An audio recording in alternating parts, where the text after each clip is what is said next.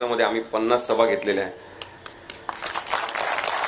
साधारणतः 4000 किलोमीटरचा प्रवास आम्ही केला असेल आणि अजूनही हा पूर्ण महिना पुढचा महिना सुद्धा 15 तारखेपर्यंत आमच्या सभा ठरलेल्या आहेत। आम्ही कोणत्याही राजकीय पक्षाचे सदस्य नाही आणि आमचं असं मतच आहे की राजकीय पक्षाचे सदस्य तुम्ही असाल तरी नागरिक म्हणून विचार करणाऱ्या लोकांची भारताला गरज आहे। विश्वंभर जेव्हा इथे एका व्याख्यानमालेसाठी आले होते तेव्हा त्यांच्यावर हमला करण्याचा प्रयत्न केला, माईक हिसकावून घेण्याचा प्रयत्न केला आणि काल काही जणांनी काही व्हिडिओ केला भारतीय जनता पक्षाच्या लोकांनी। त्यांनी पोलिसांना निवेदन दिलं असं म्हणतात। पोलिसांवर सतत भार टाकणे, पोलिसांचा गैरवापर करणे आणि पोलीस सुद्धा माणूस आहेत हे विसरून जाऊन त्यांना अमानुषपणाची वागणूक देणे याच्यामध्ये भारतीय जनता पक्ष मोठ्या आघाडीवर आहे। पोलीस विभागातल्या लोकांना माणूस म्हणून बघण्याची, नागरिक म्हणून बघण्याची आणि आपले मित्र म्हणून बघण्याची अत्यंत गरज या काळात निर्माण झालेली आहे। त्यांनी पोलिसांना जे निवेदन दिलेलं आहे त्याच्यामध्ये त्यांनी सांगितलं की आक्षेपार्ह विधान करायचे नाही। आम्ही आता वकील, इथे काही जण वकील पण आहेत, आपण सगळेजण नागरिक म्हणून पण विचार करू शकतो की आक्षेपार्ह विधान आहे की नाही कोण ठरवणार? भाजपचे कार्यकर्ते ठरवणार, संघाच्या पिल्लावळीतले लोक ठरवणार, बजरंग दलाचे लोक ठरवणार, कोण ठरवणार? सगळ्यात जास्त आक्षेपार्ह विधान करणारे भारताचे पंतप्रधान आहेत।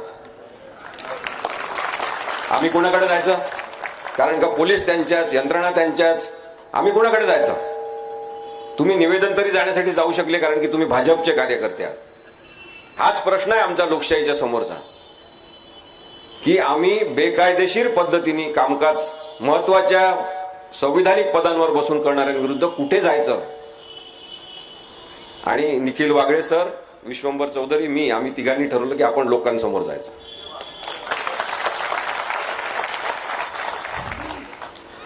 त्यांनी सांगितलं की प्रक्षोभक बोलू नका। पुन्हा तोच प्रश्न आहे, तुम्ही ठरवणार का प्रक्षोभक कोण बोलताय ते? मी एक वकील म्हणून आपल्याला सांगू इच्छितो की सध्या लोकशाही बद्दल मुद्देसूद बोलणंच प्रक्षोभक झालेलं आहे। म्हणजे यांचं म्हणणं आहे की लोकशाही बद्दलच बोलू नका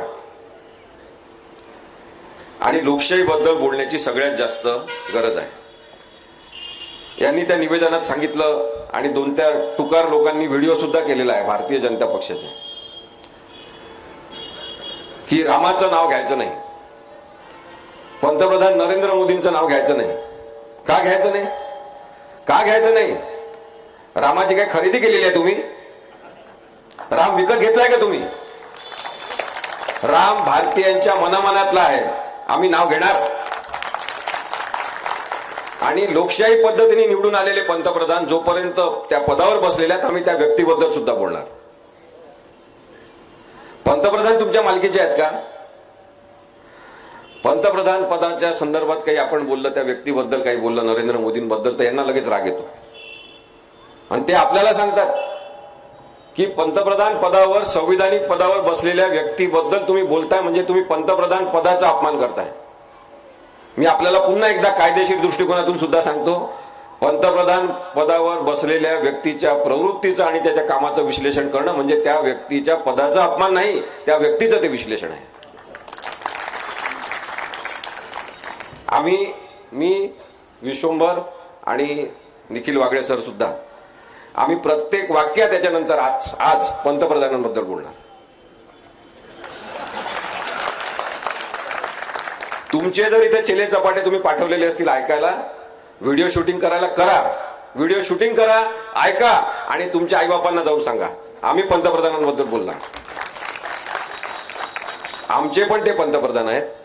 लोकशाहीनुसार जेव्हा एखादा पंतप्रधान म्हणून कोणी निवडून येतो तेव्हा तो संपूर्ण देशाचा पंतप्रधान असतो। आणि म्हणून नरेंद्र मोदी यांच्याबद्दल आम्ही बोलणार. आमचं नरेंद्र मोदींशी काही भांडण नाही, आमचं अमित शहाशी काही भांडण नाही. आमचं भांडण आहे की या चुकीच्या प्रवृत्ती आहेत. आमचं म्हणणं आहे की लोकशाही पायदळी तुडून ज्या पद्धतीने निर्णय घेतात ती प्रक्रिया बेकायदेशीर आहे. ते अनेकदा शासकीय यंत्रणांचा, पोलिसांसकट सगळ्या यंत्रणांचा ते गैरवापर करतात, म्हणून आम्ही त्यांच्याबद्दल बोलतो. आम्ही त्यांच्या कामाचं विश्लेषण करतो. आमचं असं म्हणणं आहे भारतीय नागरिक म्हणून की तुम्ही पंतप्रधान पदावर बसून पंतप्रधान पदाची प्रतिष्ठा मलिन करत असल्यामुळे आम्ही तुमच्याबद्दल बोलतो. कुणाला काही याच्याबद्दल केस करायची असेल तर माझं म्हणणं आहे की मी बोलत असेल तर माझ्यावर केस करा, आयोजकांवर कोणी केस करू नका. भाजपचे कार्यकर्ते असतील त्यांना सांगा, आम्ही आमच्या म्हणण्याची जबाबदारी घेऊ शकतो, पण तुम्ही तुमच्या कुत्सित बुद्धीने आणि सडलेल्या बुद्धीने तुम्ही काही पण त्याचा अर्थ काढाल त्याची जबाबदारी आमची नाही आहे. आम्ही कोणाचाही अपमान करत नाही.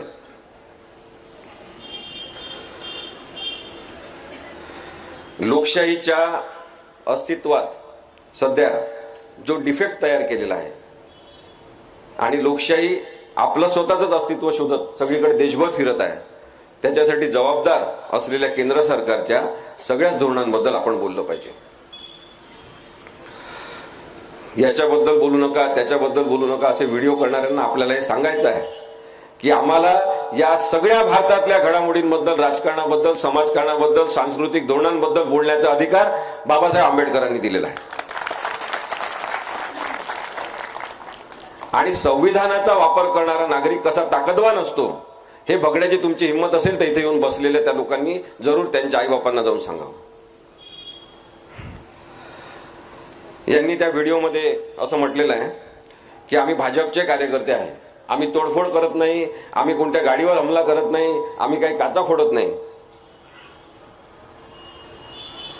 मी आपल्याला काही उदाहरणं देतो. काही तासांपूर्वी बीजेपीचे आमदार असलेले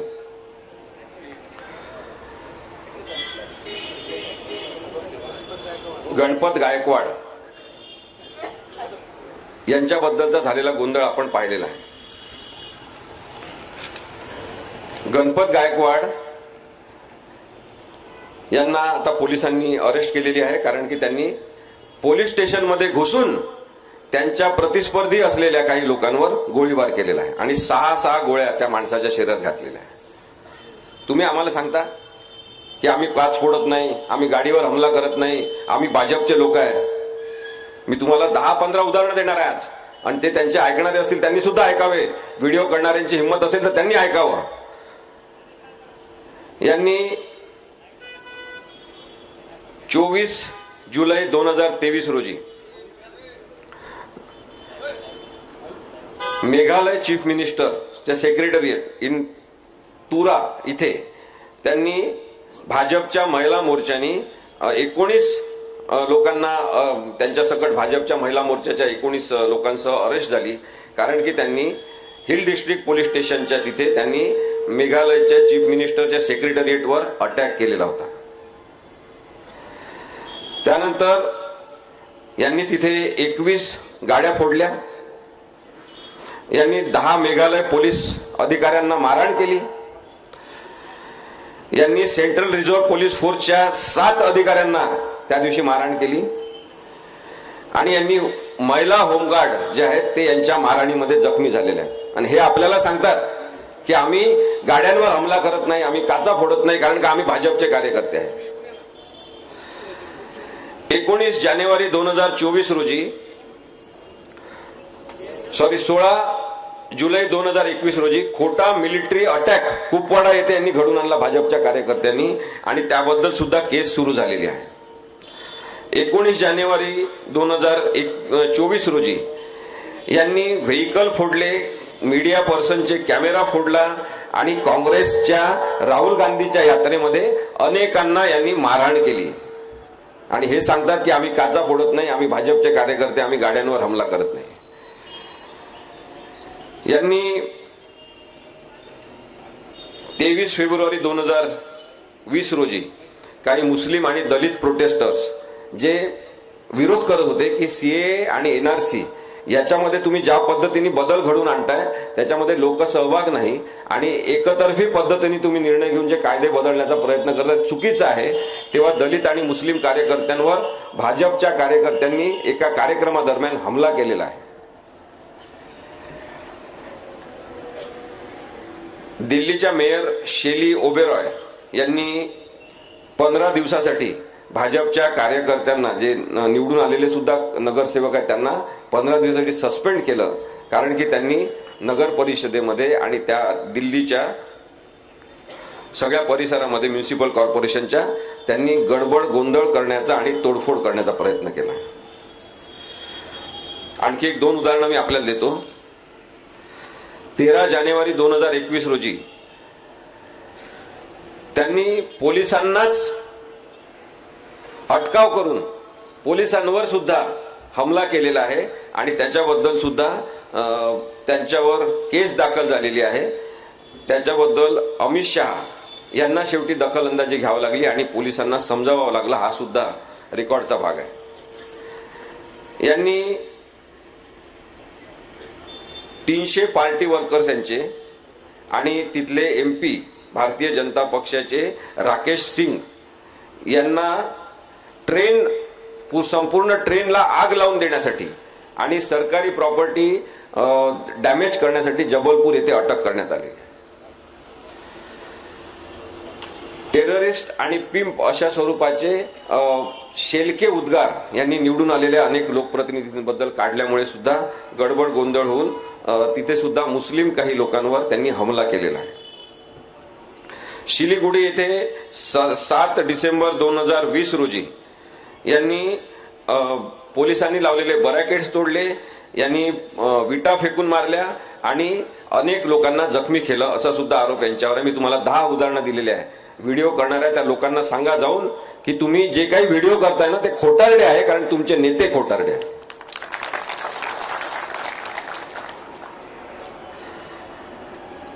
रामाचं नाव घ्यायचं नाही असं यांचं म्हणणं आहे. आमचं म्हणणं आहे भारतातल्या प्रत्येक माणसानी रामाचं नाव घेतलं पाहिजे, कारण का राम कोणाच्या मालकीचा नाही, राम आमचा सुद्धा आहे. आणि त्यासाठी मी तुम्हाला महात्मा गांधींनी म्हटलेलं एक वाक्य वाचून दाखवतो. महात्मा गांधींनी सांगितलं, माझा राम आमच्या प्रार्थनेच्या वेळचा राम, तो ऐतिहासिक राम नव्हे जो दशरथाचा पुत्र आणि अयोध्येचा राजा होता, तो तर सनातनी आजन्मा अद्वितीय राम आहे. मी त्याची पूजा करतो, त्याचीच मदत चाहतो. तुम्ही देखील तेच केले पाहिजे, कारण तो समान रूपात सर्वांचा आहे. म्हणून मुसलमान अथवा कोणालाही रामाचे नाव घेण्यात संकोच वाटण्याचे काहीच कारण नाही, परंतु अशी काही गरज नाही की त्याने रामाच्या रूपातच देवाचे नाव घ्यावे. तो अल्लाह किंवा खुदाचे नाव सुद्धा रामाप्रमाणे जपू शकतो. हे महात्मा गांधींनी 28/4/1948 रोजी सांगितलेलं आहे. आणि म्हणून प्रभू राम हा आमचा सुद्धा आहे. आणि म्हणून आपण सगळ्यांनी रामाचं नाव घेतलं पाहिजे. विनोबा भावेंनी तर सांगितलं होतं की रामाचं नाव श्वासागणी घेतलं पाहिजे. प्रत्येक श्वासासोबत रामाचं नाव घेतलं पाहिजे. श्वास आतमध्ये घेताना शरीरात आपण राम असं म्हणायचं आणि श्वास सोडताना हरी म्हणायचं. राम हरी हा मंत्र त्यांनी दिला होता आणि तो सुद्धा राम आमचाच आहे. वातावरण कलुषित करणारा, देवाच्या नावाने हिंसा पसरवणारा राम आमचा नाही, तो तुमचा आहे. तो तुम्ही घेऊन फिरा, पण आमचा राम हा शांततेचं प्रतीक आहे. आमचा राम हा अंतर्गत मानसिक शांततेचं सुद्धा प्रतीक आहे. आणि म्हणून आम्ही रामाचं नाव घेणार. त्यामुळे आम्हाला इथे कोणी सांगायचा प्रयत्न करण्याची गरज नाही की रामाचं नाव घ्यायचं नाही. रामाचा अपमान करणारे आम्ही नाही. इव्हन आम्ही कोणाचाच अपमान करत नाही. लोकशाहीचा अपमान करणारे आता जे लोक आहेत त्यांच्याबद्दल मात्र आम्ही बोलणार आहे. सातत्याने हे होत चाललेलं आहे की रामाला सबसाइड करून, प्रभू रामचंद्राला सबसाइड करून त्याच्या जागी नरेंद्र मोदींना प्रस्थापित करण्याचा जो प्रयत्न सुरू आहे तो अत्यंत अश्लाघ्य स्वरूपाचा अधार्मिक कृतीचा भाग आहे. आणि म्हणून आम्ही त्या कामाचं विश्लेषण करणार. या कार्यक्रमासाठी जमलेल्या एकमेव जो राजकीय पक्ष फुटला नाही आतापर्यंत भारतामधला त्या काँग्रेस पक्षाचे अनेक कार्यकर्ते इथे आहेत. ओरिजिनल शिवसेना पक्षाचे लोक इथे आहेत. ओरिजिनल राष्ट्रवादीचे इथे लोक आहेत.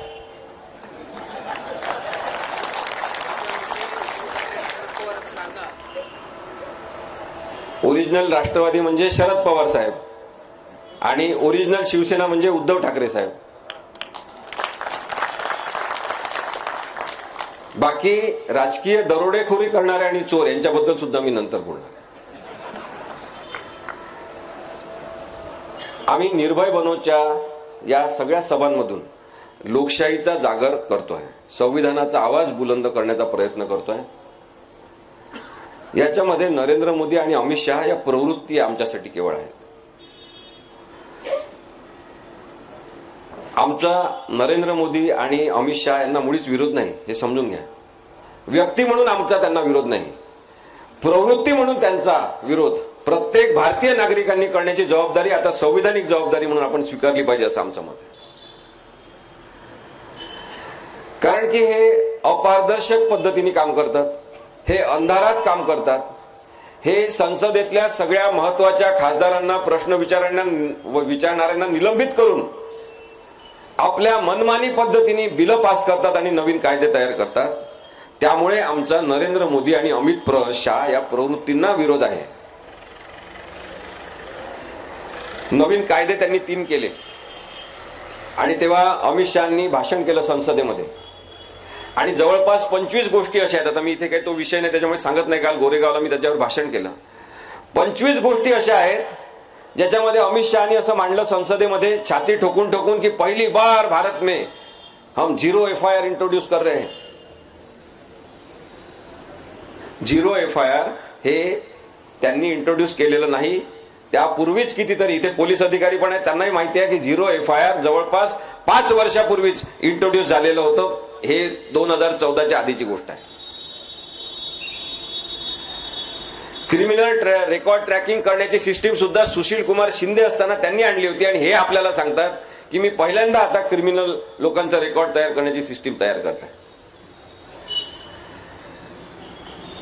भारताचं दुर्दैव आहे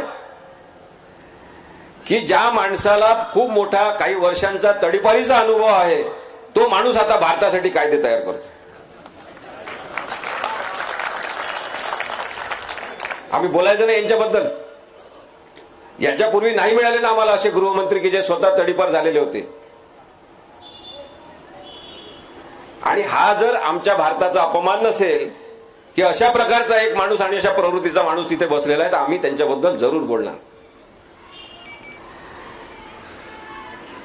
स्वतः काहीतरी रचना तयार करायची, स्वतः काहीतरी आदेश पारित करायचे जे बेकायदेशीर स्वरूपाचे असतात आणि त्याच्यावर भीतीवर आधारित राजकारण करायचं, याला आपण सगळ्यांनीच विरोध केला पाहिजे. आपण ईडी पाहिलेली आहे, सीबीआय पाहिलेली आहे, इन्कम टॅक्स डिपार्टमेंट पाहिलेलं आहे, नार्कोटिक्स कंट्रोल ब्युरो पाहिलेला आहे, NIA पाहिलेला आहे आणि पोलिसांचा सुद्धा गैरवापर पाहिलेला आहे. एवढंच नाही तर यांची मजल आता इथपर्यंत गेलेली आहे की एक तटस्थ असलेली यंत्रणा न्यायालय याच्यातल्या सुद्धा काही न्यायाधीशांना आपल्या काय पाळीव करून त्यांचा सुद्धा गैरवापर यांनी सुरू केलेला आहे. माध्यम जे स्वातंत्र्य म्हणून होते की ते स्वतंत्र होते, आपल्या समोर जे घडलं ते सांगणारे माध्यम यांनी बंद करून टाकले. अनेकदा यांनी मालक विकत घेतले, सगळेच्या सगळे चॅनल विकत घेतले आणि भरपूर पैसा वापरून यांनी तुमच्या डोक्यावर काय मारायचं, तुमच्या समोर काय दिसलं पाहिजे दृश्य स्वरूपामध्ये हे ठरवलं. हे षडयंत्री पद्धतीने जे काम करण्याची पद्धत आहे त्याला आमचा विरोध आहे. मीडिया हा एक तटस्थ असलेला स्तंभ उखडून टाकण्यासाठी महाराष्ट्रामधून जेव्हा सुरुवात झाली तेव्हा त्याचे पहिले बळी इथं बसलेले निखिल वागळे.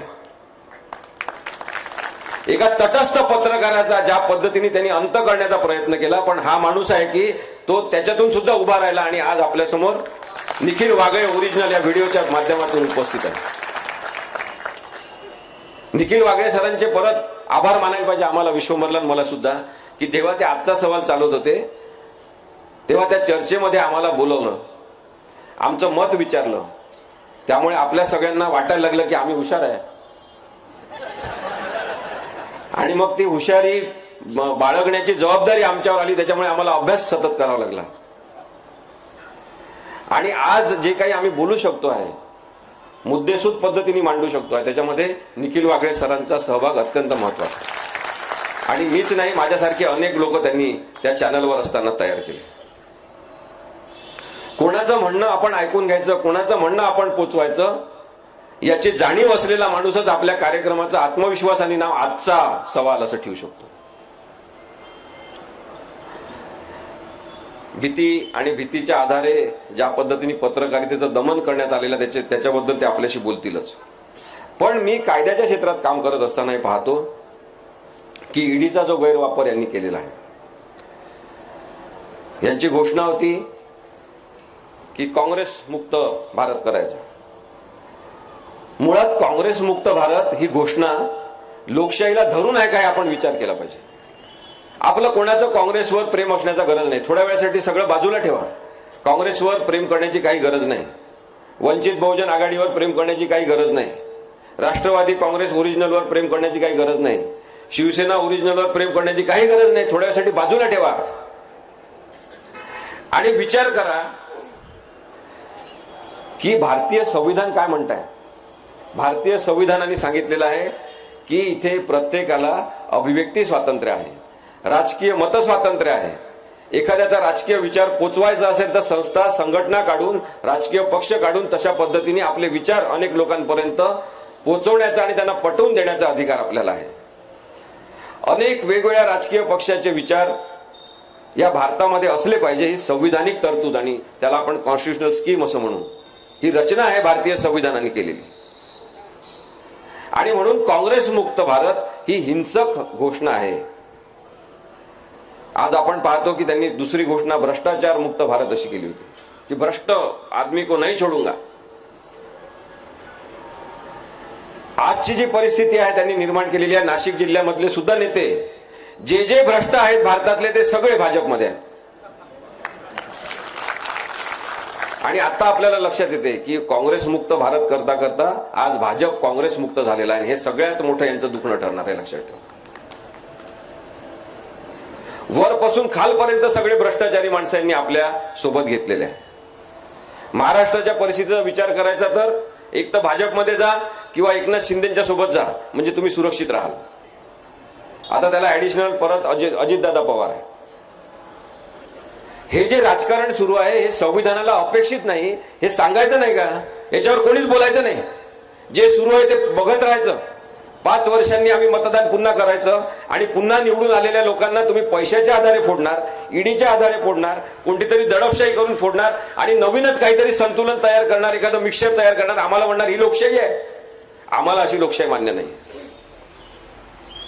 हे सांगण्याची जबाबदारी आपल्या सगळ्या नागरिकांची आहे. अनिल देशमुखांना त्यांनी ईडीच्या प्रकरणामध्ये आतमध्ये पाठवलं.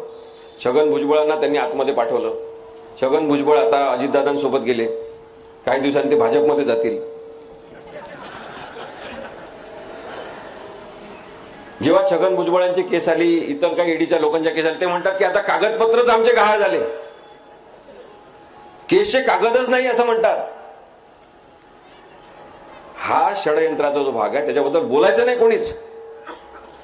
मला आपल्या सगळ्यांचे आभार मानायचे की आपण लोकशाही बद्दलचा आवाज म्हणून इथे आलेला. अनिल देशमुखांना यांनी जेव्हा आतमध्ये टाकलं, सांगितलं की 1000 कोटीचा घोटाळा आहे, 100 कोटीचा घोटाळा आहे असं सांगितलं. आणि जेव्हा तपास केला, कोर्टामध्ये केसेस चालल्या, त्यांचं जामीन देण्यात आलं नाही, त्यांना त्रास देण्यात आला. 1 वर्षभर जवळपास ते आतमध्ये होते. आणि नंतर लक्षात आलं की काहीतरी साधा 1 कोटी काहीतरी याचा घोटाळा आहे. कोर्टाने म्हटलं की बा त्याचा पुरावा द्या तुम्ही, की निदान 1 कोटीचा तरी काहीतरी घोटाळा आहे, त्याचा तरी पुरावा द्या. त्याचा पण पुरावा यांच्याकडे नाही. आणि या सगळ्यांमागे जर आताचे उपमुख्यमंत्री ज्यांना जबरदस्तीने उपमुख्यमंत्री व्हावं लागलेलं आहे ते देवेंद्र फडणवीस असतील तर आपल्याला वाईट वाटणार नाही की बदल्याचं राजकारण इथे सुरू आहे, बदल्याच्या भावनेने कायदा वापरला जातो आहे आणि कायदा जणू काही बदल्यासाठीच तयार केलेला आहे अशा भावनेने राजकारण जर केलं जात असेल तर आम्ही देवेंद्र फडणवीसांना प्रश्न विचारायचा नाही की हे कोणतं राजकारण आहे तुमचं, की तुम्ही ज्या माणसावर आरोप ठेवता त्या माणसाचं तुम्ही शेवटी 1000 कोटीचा सुद्धा नाही, 100 कोटीचा सुद्धा नाही, तुम्ही छोटासा घोटाळा सुद्धा शोधू शकत नाही आणि 1-1 वर्ष त्या माणसाला आतमध्ये ठेवता. जे दुसऱ्या पक्षात जातात त्यांच्यावर ईडी लावली जाते, त्यांना आपल्या पक्षात आणलं जाते. लोक बिचारे व्हॉट्सअपवर फेसबुकवर जाहिराती तयार करतात, वॉशिंग पावडर मोदी म्हणून. मग आपण हेच करत राहायचं फेसबुकवर वगैरे सगळं नाही. आता हेच करायचं नाहीये. आपलं काम आता सुरू होणार आहे. 2024 ची निवडणूक असेपर्यंत आता 1 वर्षभर आपल्याला केवळ लोकशाहीबद्दल आणि संविधानाबद्दल विचार करायचा. आणि ज्यावेळेस मतदान असेल तेव्हा या सगळ्यांना घरी बसवण्याची जबाबदारी इथे बसलेल्या प्रत्येक माणसाची. सीबीआयनी आतापर्यंत ज्या केसेस केल्या त्याच्यामध्ये जवळपास 96% म्हणजे 96% केसेस या विरोधी पक्षातल्या लोकांवर केलेल्या आहेत. सगळे विरोधी पक्षातले लोक भ्रष्ट आहेत आणि त्यांच्यावर भ्रष्टाचाराचे आरोप झाल्यावर चौकशी सुरू झाली की ते भाजपमध्ये आले की ते सगळे स्वच्छ आहेत. ईडीच्या ज्या केसेस चाललेल्या आहेत त्याच्यामध्ये 0.05% एवढाच पर्सेंटेज आपल्याला दिसते ज्याच्यामध्ये शिक्षा झालेली आहे. आणि बाकी सगळेजण कुठे गेले, केव्हा सुटले, त्यांच्यावर केसेस चालतात की नाही काहीच आपल्याला माहित नाही. शाहरुख खानच्या मुलाला पकडलेलं आपण पाहिलेलं आहे. सॉरी शाहरुख खानच्या, कारण की नरेंद्र मोदींच्या कॅम्पेन मध्ये अस्पष्टपणे इनडायरेक्टली सहभाग घ्यायचा हे त्यांनी नाकारलं. कारण की शाहरुख खान केवळ डायलॉग म्हणणारा हिरो नाही हे आता लक्षात आलं. पाठांतर करून केवळ बोलणारा हा माणूस नाही तर तो विचार करणारा सुद्धा आहे. त्याचं पुस्तकांचं वाचन आहे, योग्य शब्द योग्य ठिकाणी वापरण्याचं नॉलेज त्याला आहे. त्यामुळे या माणसाच्या बद्दलचा बदला आपण मनात ठेवायचा आणि मग कधीतरी या मुलाला अटक करायची. जेव्हा लक्षात येते की नार्कोटिक कंट्रोल ब्युरोनी खोटी केस केली होती, कोणताही अंमली पदार्थ त्याच्याजवळ सापडला नाही, पण तोपर्यंत त्याची बदनामी करून झालेली असते. आणि सलमान खान हा पतंग उडवायला नरेंद्र मोदींसोबत जातो संक्रांतीच्या वेळेस. तर सलमान खान बद्दलची जी त्यांनी ते काळं हरिण मारलेलं होतं त्याच्याबद्दलची केस मात्र लवकरच सुटका त्याच्यातून होते. आपण हे समजून घेतलं पाहिजे की ज्या पद्धतीने या सगळ्या यंत्रणांचा वापर होतोय तो गैरवापर आहे आणि याचा आपल्याला राग आला पाहिजे. न्यायालय जे एक निपक्ष ती जागा असली पाहिजे ती सुद्धा आजकाल त्यांनी निपक्ष ठेवली नाही. आपलं सुदैव आहे की अनेक न्यायाधीश न्यायालयांमधले हे उत्तम आहेत, विश्वासार्ह आहेत, प्रामाणिक आहेत आणि संविधानाशी त्यांची बांधिलकी आहे. पण काही महत्वाच्या लोकांना त्यांनी ज्या पद्धतीने बाटवलेलं आहे आणि भाजपच्याच दृष्टीने निकाल द्यायचा असं सांगितलेलं आहे त्यातून लोकशाही समोर एक खूप मोठं संकट निर्माण झालेलं आहे. आपण लक्षात घ्या. पापपूर्ण अशा पद्धतीचे, त्याला सिनफुल जजमेंट आपण म्हणू, पापपूर्ण अशा पद्धतीचे निर्णय दिलेले आहेत. कधीतरी फक्त त्या विषयावर आपण इंटेलेक्च्युअल पद्धतीची चर्चा जर ठेवली तर आपण त्याच्याबद्दल बोलू की कशा पद्धतीने यांनी निकाल दिलेले आहेत. देशामध्ये 2 प्रकारचे वकील यांनी तयार केले. एक नरेंद्र मोदी यांना आवडणारा कायदा सांगणारे वकील आणि दुसरे संविधानात आहे तसा कायदा सांगणारे वकील जे उरले सुरले आहेत. ते इथे काही वकील असतील त्यांना माहिती आहे प्रत्येक जिल्ह्यात प्रत्येक तालुक्यात हायकोर्टामध्ये भारतातल्या सगळ्या आणि सर्वोच्च न्यायालयामध्ये सुद्धा हेच वातावरण आहे की त्यांनी म्हटलेला कायदा सांगा, त्यांना आवडेल असा कायदा सांगा, त्याचा अर्थ तसा काढा. एक न शिकलेला माणूस कायद्याचे अर्थ कसे काढायचे यासाठी दहशत निर्माण करत असेल तर आपण विचार करा की यांच्याबद्दल बोलणं किती आवश्यक आहे. एककल्ली व्यवस्था यांनी निर्माण केल्या. कोणत्याही प्रकारे पारदर्शकता यांनी ठेवली नाही. आणि ज्या पद्धतीने हे वेगवेगळ्या प्रकारचे कपडे घालून सतत येत असतात, टोप्या घालतात, मोराचे पिसं लावतात, कधी शिंग लावतात, ते टोप्या घालतात. हा जो दशावतारी माणूस आहे, या प्रवृत्तीचा अंत लोकशाही मधल्या नागरिकांनी केला पाहिजे. त्यांचं म्हणणं आहे मला सगळ्यांनी रिस्पेक्ट दिला पाहिजे, असं त्यांचं म्हणणं आहे. मग ते काय करतात की कधी कधी जबरदस्तीने शास्त्रज्ञांकडे जातात, जबरदस्तीने ओढतात असं, आणि त्याला रडायला लावतात. इथं रड भाव माझ्या छातीवर, सगळ्यांना दिसलं पाहिजे. यांचे दोन प्लॅन तयार असतात जेव्हा वर्ल्ड कप क्रिकेटची मॅच असते शेवटची, किंवा वर्ल्ड कप जिंकलं तर काय आणि हरल्यावर काय करायचं. मग दुर्दैवाने भारत हरल्यावर लगेच तिथे गेले, जबरदस्तीने क्रिकेटच्या खेळाडूंच्या हात ओढून रे माझ्याजवळ या तुम्ही, मी तुम्हाला सांत्वन करतो. भारताच्या पंतप्रधानांचं हे काम आहे? अशा फुटकळ दर्जाचं काम तुम्ही करता आणि तुम्ही म्हणता की आमच्याबद्दल बोलायचं नाही. पंतप्रधान पदावर बसून त्या पदाचा अपमान करणं भारताच्या लोकशाहीला चालणार नाही. तुम्ही निघून जा, घरी जा. 2024 मध्ये यांना हरवा. अत्यंत आवश्यकतेची बाब म्हणून आपण हे समजून घेतलं पाहिजे की लोकशाही जर टिकली पाहिजे असं वाटत असेल, आपलं जीवन जर चांगलं झालं पाहिजे असं वाटत असेल, तर नरेंद्र मोदी, अमित शहा, भाजप यांना आता घरी पाठवणं अत्यंत आवश्यक आहे. यांचं ना राष्ट्रगीतावर प्रेम आहे, ना राष्ट्रध्वजाबद्दल यांना आदर आहे, ना यांना राष्ट्रपित्याबद्दल काय आदर आहे. राष्ट्रपित्याला तर यांच्याच प्रवृत्तीपैकी एका जणांनी झोपवलेला आहे, गोळ्या घालून मारलेला आहे.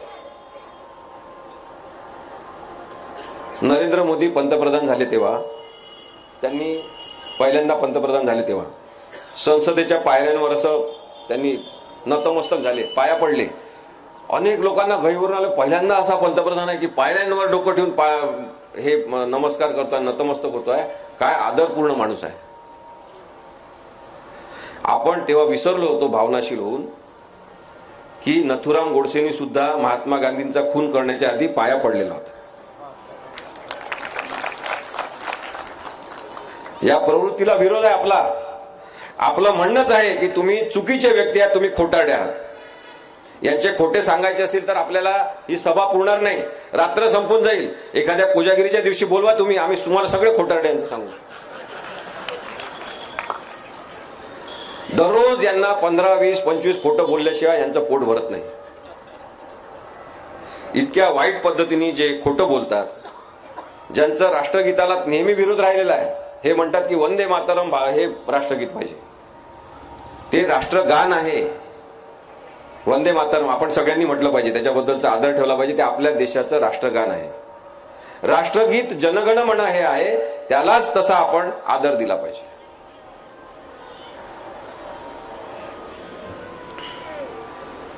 खरं तर वंदे मातरम हे काँग्रेसच्या सगळ्या सभांमध्ये आधी म्हटलं जायचं. हे पण काही यांचं नाही आहे, पण आता यांनी ते ओढून घेतलं की आमचंच आहे म्हणून. यांच्याकडे कोणी महान नेते नाही, यांचा स्वातंत्र्य संग्रामामध्ये काही सहभाग नाही, त्यामुळे यांच्याकडे कोणी महापुरुष नाही. मग यांनी आंबेडकरांचं अपहरण करण्याचा प्रयत्न केला. आंबेडकरांचे विचार काही यांना झेपत नाही. मग महात्मा गांधींचं अपहरण करण्याचा प्रयत्न केला सगळीकडे, नाहीतरी त्यांना नाईलाजाने महात्मा गांधींच्या पायाच पडावं लागते. मग आपण हेच ठरवलं पाहिजे की आपला महात्मा गांधींचा राम आहे, जे मरताना सुद्धा हे राम हे शब्द म्हणून गेले. त्यामुळे यांचा नथुराम आहे, त्या नथुराम मधला राम त्यांच्याजवळ राहू द्या.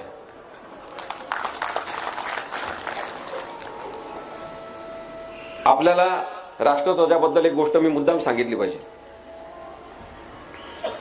आणि राष्ट्रगीताबद्दल सांगितली पाहिजे की यांनी जे काही लोक पोचवले वरपर्यंत, काही सुमार दर्जाचे लोक मोठ्या मोठ्या पदावर जाऊन बसतात, असा काळ येत असतो. तशाच पैकी एक चीफ जस्टिस ऑफ इंडिया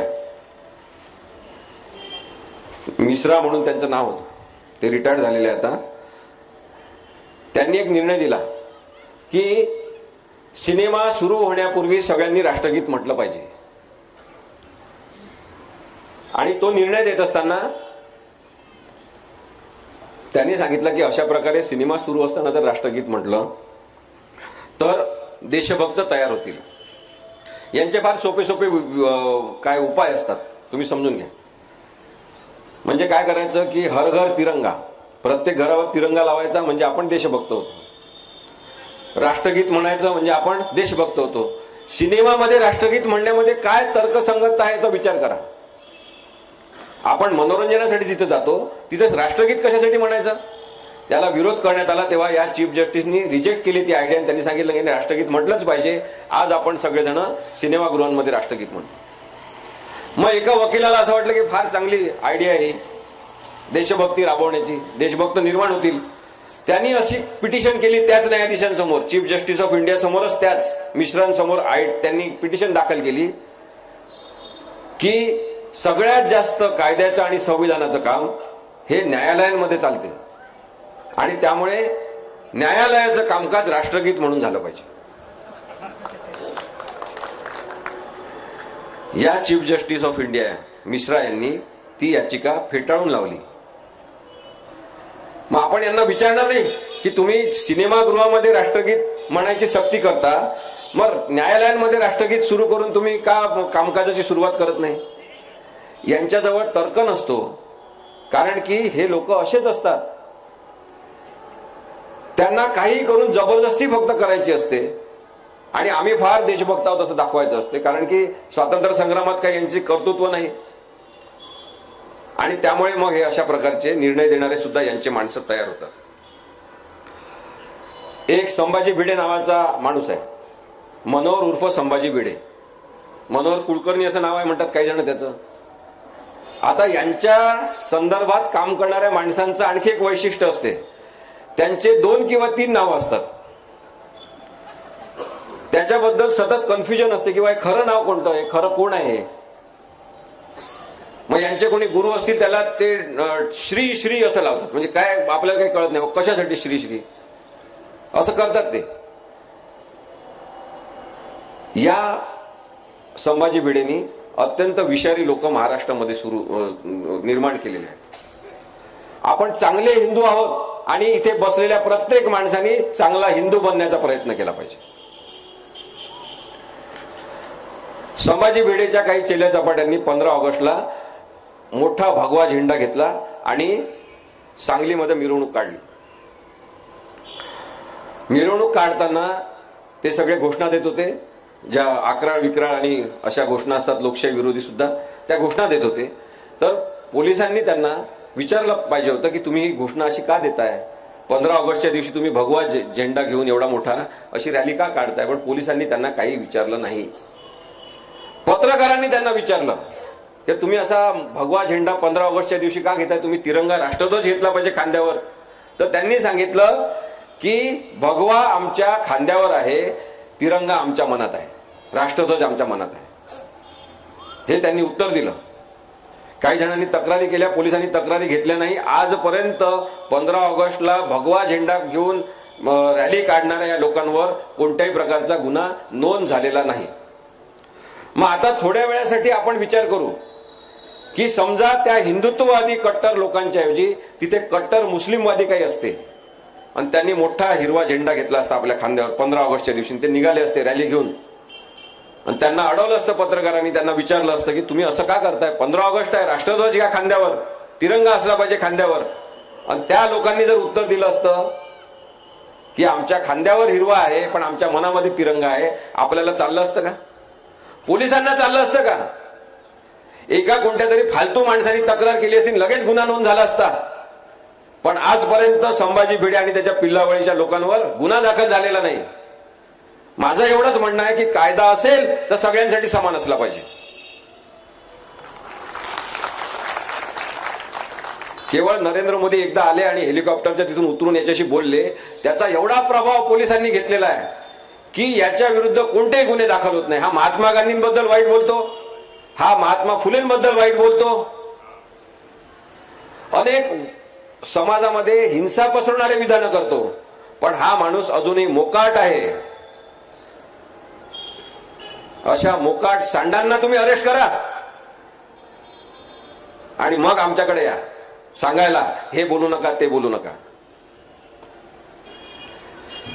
संपूर्ण भारत एक अधीर देश, हिंसक देश यांनी करून टाकलेला आहे आणि याच्याबद्दल आमचा आक्षेप आहे. आणि म्हणून मला असं वाटते की निर्भय बनवला मिळणारा हा प्रतिसाद लोकांच्या मनातला राग आहे, लोकांच्या मनातली अस्वस्थता आहे की किती दिवस आम्ही पाहत बसणार. महागाईबद्दल बोलत नाही, बेरोजगारीबद्दल बोलत नाही, स्वतःच्याच लोकांसाठी कायदे करतात, स्वतःचेच व्यापारी वाढवतात, त्याच्याबद्दल कोणीच काही बोलत नाही आणि कोणी बोलायलाच नको म्हणून दहशत निर्माण केली जाते. याच्या विरुद्ध निर्भय बनव असल्यामुळे हा जनतेचा आवाज आहे, हा लोकांचा आवाज आहे, त्याच्यामुळे याला एवढा सपोर्ट सगळीकडे मिळतो. 3-3, 4-4 हजार लोक जमा व्हायला लागले. आम्ही काही खूप मोठे महान लोक नाही आहे, विश्वंभर चौधरी, मी सामान्य आपल्यापैकी कोणीतरी आहोत. पण आम्ही हा वसा घेतला, निखिल वागळे सरांनी प्रोत्साहन दिलं आम्हाला नेहमी, आणि आज आपण पाहतो की हा एक खूप मोठा माहोल तयार झालेला आहे, एक खूप मोठी मिरवणूक तयार झालेली आहे लोकशाहीची, जी महाराष्ट्रातल्या प्रत्येक गावामध्ये एकत्रित होत आहे. आणि हा लोकशाहीचा जो आवाज आहे त्याच्यात भाजप दबून जाणार हे मी आपल्याला सांगतो. महाराष्ट्रामध्ये राजकीय चित्र बदलणार आहे, इथे भाजप आता येणार नाही. शेवटचा मुद्दा मी अपात्रतेच्या संदर्भातला नक्की बोलला पाहिजे असं निखिल वागळे सर पण म्हणाले. उद्धव ठाकरे यांची ज्या पद्धतीने अवहेलना झालेली आहे, उद्धव ठाकरे यांच्या वडिलांचं आणि त्यांच्या पक्षाचं ज्या पद्धतीने अपहरण झालेलं आहे, ते विचार करा थोड्या वेळासाठी की आपण काहीतरी निर्माण केलेलं आहे, आपण त्याचा भाग आहोत आणि आपल्यापासूनच ते हिरवून घेतलं जात असेल आणि आपल्या सोबत तयार झालेले माणसं ज्या आविर्भावात बोलताना आपण पाहतो तेव्हा कसं वाईट वाटत असेल मनाला, याचा विचार करा थोड्या वेळासाठी. आणि त्याच पार्श्वभूमीवर मग जेव्हा केस चालते अपात्रतेच्या प्रकरणाची, सुप्रीम कोर्ट निकाल देतात, 5.5 महिन्याचं हिअरिंग होते, त्याच्यावर सुप्रीम कोर्ट सांगतात की भरत गोगावले यांची नियुक्ती व्हिप म्हणून केली होती आणि त्याला राहुल नार्वेकर अध्यक्ष यांनी मान्यता दिली होती, ते बेकायदेशीर आहे. हे सांगितलं जाते की एकनाथ शिंदे यांना गटनेता म्हणून राहुल नार्वेकर यांनी अध्यक्ष म्हणून मान्यता देणं बेकायदेशीर आहे. एक अत्यंत विस्तृत निर्णय दिला जातो आणि त्या निर्णयाच्या आधारे केवळ राहुल नार्वेकर यांना निकाल जाहीर करायचा आहे. कारण अपात्रतेच्या कायद्यानुसार, पक्षांतर बंदी कायद्यातल्या कलमांनुसार राहुल नार्वेकर यांनाच अधिकार आहे विधानसभा अध्यक्ष म्हणून की त्यांनी अपात्रतेच्या संदर्भातला निर्णय जाहीर केला पाहिजे. यांच्याकडे प्रकरण पाठवलं जाते, ते मुद्दाम विलंब लावतात, कधी हे कागदपत्र पाहिजे कधी ते कागदपत्र पाहिजे, आणि मुद्दाम विलंब लावण्याच्या या सगळ्या प्रयत्नांवर सुद्धा सर्वोच्च न्यायालयाला सांगावं लागते की तुम्ही लवकरात लवकर सुनावणी घ्या. मग हे सांगतात, सगळीकडे गैरसमज पसरवतात कॅमेऱ्यासमोर की माझ्या कामकाजामध्ये कोणतंच न्यायालय ढवळाढवळ करू शकत नाही. तेव्हा सर्वोच्च न्यायालयाला सांगावं लागते की तुम्ही केवळ विधानसभेचे अध्यक्ष नाही, तुम्ही जेव्हा अपात्रतेच्या प्रकरणाची सुनावणी करता तेव्हा तुम्ही एका ट्रिब्युनलचे प्रमुख आहात आणि न्यायिक एका ट्रिब्युनलचे प्रमुख तुम्ही असल्यामुळे तुमच्या कामकाजाबद्दलचं विश्लेषण करणं आणि त्याच्यात दखलंदाजी करण्याचा आम्हाला हक्क आहे. तरी हा माणूस ऐकत नाही आणि मग 10 जानेवारी तारीख द्यावी लागते की या तारखेला तरी तुम्ही जाहीर करा. आणि मग हे निर्णय देतात आणि निर्णय अत्यंत महान, कोणीच अपात्र नाही. पळून गेले लोक, पळवण्यात आले लोक, ते भरत गोगावले प्रश्नाचं उत्तर देताना विधानसभेतल्या त्या क्रॉस एक्झामिनेशन मध्ये म्हणाले की मी सुरतला गेलो कारण की छत्रपती शिवाजी महाराज तिथे गेले होते, मला वाटलं की चांगली जागा असेल. आपण आतापर्यंत ज्या ज्या बिंडोक लोकांना निवडून दिलेला आहे त्या सगळ्यांची आपण आता विश्लेषण करून चिकित्सा करून यादी तयार केली पाहिजे. हे म्हणतात आम्ही ट्रिपसाठी गेलो होतो. एकाच वेळेस तुम्ही ट्रिपसाठी जाता, त्याच वेळेस तुमचे सगळे मोबाईल बंद असतात, तुमच्या ट्रिपमध्ये कोणी तुमचे बायका मुलं नसतात. ही कोणती ट्रिप आहे तुमची? आणि तुम्ही नेमके सगळेजण सुरतला जाता, मग तिथून नेमके सगळेजण तुम्ही गुवाहाटीला जाता. भाजप शासित प्रदेशांमध्येच तुम्ही कशी ट्रिप काढता? कारण तुम्हाला तिथे संरक्षण मिळते. हे सगळं पक्षविरोधी कारवायाचं लक्षण आहे आणि पक्षविरोधी कारवायासाठी हे सगळेजण एकनाथ शिंदेसोबत पळून गेलेले सगळेजण अपात्र ठरतात. हे मी तुम्हाला आता पुन्हा एकदा सांगतो. ठीक आहे, राहुल नार्वेकर यांनी निकाल दिला नाही, त्यांनी कुणालाच अपात्र ठरवलं नाही, पण त्यांनी कारण काय दिलं? त्यांनी कारण दिलं कोणीच अपात्र नाही, कारण की हे अपात्रते संदर्भातलं प्रकरण नाही, हे प्रकरण पक्षांतर्गत वादाचं प्रकरण आहे. हे इंटर पॉलिटिकल पार्टी डिस्प्यूट्स आहे. मग सुप्रीम कोर्टाचे चीफ जस्टिस ऑफ इंडिया ते 4 न्यायाधीश ज्यांनी आपली हयात घालवली पूर्ण वकिली क्षेत्रामध्ये, त्यांनी सांगितलं की हे पक्षांतर बंदी प्रकरण कायद्याचं प्रकरण आहे, म्हणून तुम्ही हाताळा. तुम्हाला जर असं वाटते की हे पक्षांतर बंदी कायद्याचं प्रकरण नव्हतं तर तुम्ही निर्णय कशाला दिला? एका वेळी तुम्ही कळून द्यायचं की हे पक्षांतर बंदी कायद्याचं प्रकरण नाही, तुमच्याकडे परत पाठवत आहे. तुम्ही निर्णय देता संपूर्ण पक्षांतर बंदी कायद्याचं प्रकरण नसेल तर तुम्हाला अधिकारच नाही, शून्य अधिकार आहे राहुल नार्वेकर यांना जर पक्षांतर बंदी कायद्याचं प्रकरण नसेल तर. सगळीच्या सगळी बेकायदेशीरता यांनी याच्यात आणलेली आहे आणि आता राष्ट्रवादी काँग्रेस सोबत तोच खेळ यांनी सुरू केलेला आहे. ते म्हणतात आता शरद पवार साहेब हे काही अध्यक्षच नव्हते, सदस्यच नव्हते, म्हणजे उद्या इथं शरद पवार साहेब येऊन उभे राहतील ते म्हणजे नाही इथे कोणी शरद पवार उभेच नाही झालं, म्हणजे यांना जे दिसेल तेच आपण मान्य करायचं. या पद्धतीने जर कायद्याची मोडतोड होत असेल, जसा वाटेल तसा अर्थ काढण्यात येत असेल तर एक गोष्ट लक्षात घेतली पाहिजे. डॉक्टर आंबेडकरांनी भारतीय संविधान लिहित असताना त्यांना कदाचित माहिती नव्हतं की इतक्या बदमाश प्रवृत्तीचे लोक येणार आहेत की जे कायद्यातल्या उणीवांचा असा गैरवापर करतील. विस्तृत राज्यघटना त्यांनी लेखी सगळ्यात मोठी राज्यघटना लिहिली, काही गोष्टी नाही लिहिलेल्या आहेत कारण की त्या नैतिकतेची जबाबदारी म्हणून आपण पाळल्या पाहिजे. यांची कोणतीही संविधानिक नैतिकता टिकलेली नाही आणि त्यामुळे राहुल नार्वेकर यांनी जो निर्णय दिलेला तो पूर्णपणे चुकीचा आहे. सुप्रीम कोर्टाकडून असूनही आशा आहेत की ते चांगला निर्णय देतील असं मला नक्की वाटते, कारण की त्यांनी संपूर्ण निर्णय दिलेला आहे, प्रकरण त्यांना माहिती आहे. या पद्धतीने एखाद्या राजकीय माणसाची म्हणजे उद्धव ठाकरे सारख्या माणसाची अवहेलना करणं, त्यांची ओढाताण करणं हे अत्यंत वाईट आहे आणि त्यामुळे आपण या सगळ्या गोष्टीचा नक्कीच विचार केला पाहिजे. काही गोष्टी मुद्दाम आपण विचार केला पाहिजे अशा आहेत की आपण नागरिक म्हणून या सगळ्या परिस्थितीकडे बघताना आपण आपली मूकसंमती आहे असं जर दाखवत राहिलो तर ते अत्यंत चुकीचं ठरेल. आपली अशा प्रकारच्या राजकारणाला संमती नाही. काही जण मला म्हणतात की ते चुकीचे होते, काँग्रेसचे लोक, हे पक्षाचे लोक चुकीचे होते म्हणून यांना आम्ही निवडून दिलं. ठीक आहे, आपण त्यांना त्याच्यामुळेच निवडून दिलं. मग याच्यानंतर येणाऱ्या लोकांची काय गॅरंटी आहे? मुळीच गॅरंटी नाही. याच्यानंतर येणाऱ्या लोकांची सुद्धा मुळीच गॅरंटी नाही. पण लोकशाहीला काय अपेक्षित आहे की नवीन नवीन चुका करणारे येऊ द्या, काही हरकत नाही, पण एकच चुका करणारा माणूस जेव्हा माहीत झाला की हा चुकीचा माणूस आहे, पुन्हा पुन्हा त्यांना निवडून देणं आपला मूर्खपणा ठरेल. आणि म्हणून आपल्याला आता स्वतःमध्ये सुधारणा केली पाहिजे. यांना आरसा दाखवला की यांना राग येतो, मग हे पोलिसांकडे तक्रारी करतात. देवेंद्र फडणवीस आता खूप रागीट झालेले आहेत, बदल्याच्या भावनेने पेटलेले आहेत. महाराष्ट्रामध्ये जे राजकारण त्यांनी आणलेलं आहे त्यांना वाटते की ते चाणक्य आहेत, पण हे किडलेलं आणि नाचलेलं राजकारण महाराष्ट्रामध्ये प्रस्थापित करण्यासाठी जे पाप देवेंद्र फडणवीस यांच्या अकाउंटमध्ये गेलेलं आहे त्याचा नक्कीच त्यांना पुढच्या राजकीय भविष्यात त्रास होणार.